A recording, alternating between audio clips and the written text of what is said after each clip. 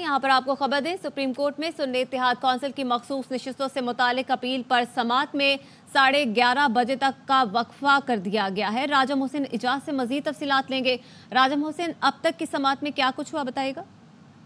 देखिए, अब तक की समात में इलेक्शन कमीशन हुकाम को तलब किया गया है और वक्फे के बाद ये कहा गया है जस्टिस मंसूर अली शाह की जानिब से कि वो रिकॉर्ड के साथ जो है वो सुप्रीम कोर्ट ऑफ पाकिस्तान में पेश हों। आज होने वाली समात के मौके पर अहम रिमार्क सामने आए बेंच की जानिब से। जस्टिस मंसूर अली शाह जो इस बेंच की सरबराही कर रहे हैं, उन्होंने रिमार्क्स दिए कि आइन में वाज़ेह लिखा है कि पार्लियामान में नुमाइंदगी मुतनासिब होगी। इसी तरह जस्टिस मोहम्मद अली मजहर की जानिब से ये सवाल उठाया गया कि क्या किसी जमात को उसकी जीती गई नशिस्तों से ज्यादा सीटें मिल सकती हैं। आइन में कहाँ लिखा है कि मखसूस नशिस्तें दीगर जमातों को बांटी जा सकती हैं। जस्टिस मंसूर अली शाह ने कहा कि आइन की मंशा है कि अवामी मैंडेट का तहफ़्फ़ुज़ किया जाए। जस्टिस मोहम्मद अली मजहर ने कहा कि क्या ऐसा मुमकिन है कि बच जाने वाली मखसूस नशिस्तें खाली रखी जाएं। इस केस में सुन्नी इत्तेहाद काउंसिल के वकील फैसल सिद्दीकी ने कहा कि इलेक्शन कमीशन ने सुन्नी इत्तेहाद काउंसिल को एक पार्लिमानी जमात तस्लीम किया है। जस्टिस अतन मिनल्ला ने सवाल किया कि पार्लिमानी पार्टी तस्लीम करके मखसूस नशिस्तों से कैसे महरूम रखा गया, इलेक्शन कमीशन ने मुतजाद मौक़िफ़ कैसे कायम कर लिया।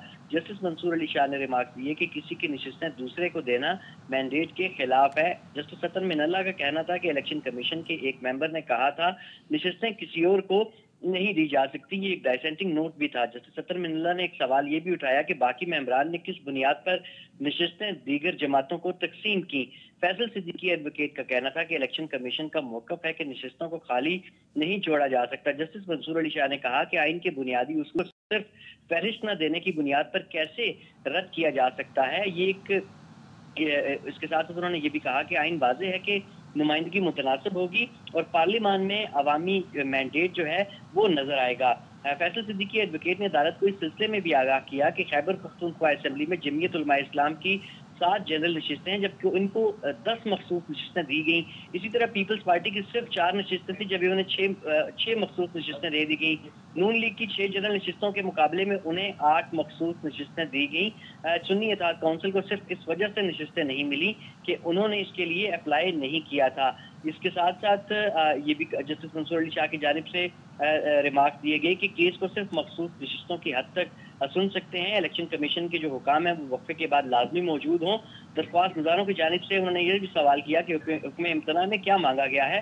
इस पर फैसल सिद्दीकी एडवोकेट ने कहा कि हम सिर्फ वोट की हद तक हुक्म इम्तना चाहते हैं। अब सुप्रीम कोर्ट ने वफाकी हुकूमत और इलेक्शन कमीशन को बाज़ाब्ता नोटिस जारी कर दिए हैं और जस्टिस मंसूर अली शाह की जानिब से ये भी कहा गया है कि केस को रोजाना की बुनियाद पर सुनकर निपटाना चाहते हैं। अटॉर्नी जनरल और इलेक्शन कमीशन हुकाम को वक्फे के बाद पेश होने की हिदायत की गई है और इलेक्शन कमीशन हुकाम को रिकॉर्ड के साथ सुप्रीम कोर्ट ऑफ पाकिस्तान में तलब किया गया है। केस की जो मजीद समात है वो 11:30 बजे होगी। ठीक है, मजीद समात 11:30 बजे होगी। बहुत शुक्रिया राजा मोहसिन इजाज।